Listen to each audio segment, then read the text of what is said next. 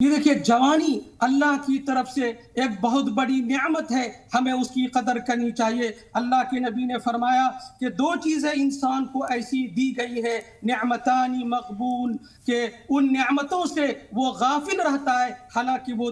دو نعمتیں اللہ کی طرف سے جو ان کو عطا کی گئی ہیں وہ بہت ہی عظیم ہیں، اور ان میں سے ایک خالی وقت ہے اور اسی طریقے سے صحت و تندرستی ہے۔ اور اللہ کے نبی نے فرمایا کہ اغتنم خمسا قبل خمس شبابک قبل حرمک، کہ تم 5 چیزوں کو غنیمت جانو، 5 چیزوں کے آنے سے پہلے، تم جوانی کو غنیمت جانو بڑھاپا آنے سے پہلے۔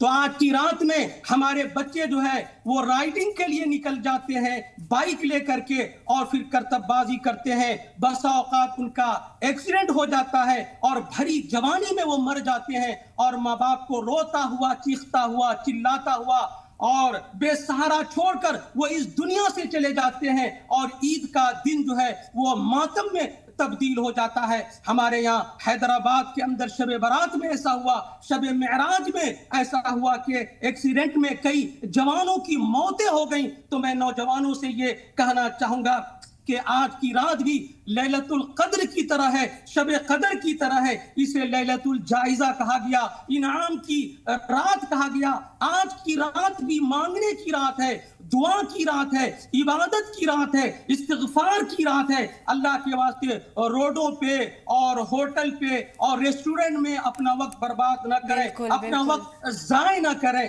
بلکہ اللہ کی عبادت میں آج کی رات گزاریں۔ بے شک درست کہا مفتی صاحب۔ ہم امید کرتے ہیں کہ جتنے زور و شوروں سے عید کی تیاری ہے، جو خوشیاں وہاں پر ہے، جو ایکسائٹمنٹ عید کو لے کر ہے، وہ ایکسائٹمنٹ عبادت کو لے کر بھی ہو، اور اسی راستے پر ہم چلتے رہیں جس راستے پر چل کر ہم نے یہ ماہ مبارک گزارا ہے۔ بہت شکریہ مفتی صاحب، ایک بار پھر سے سلام ٹی وی کی پوری ٹیم کی اور سے آپ کو بھی عید کی پرخلوص مبارکباد۔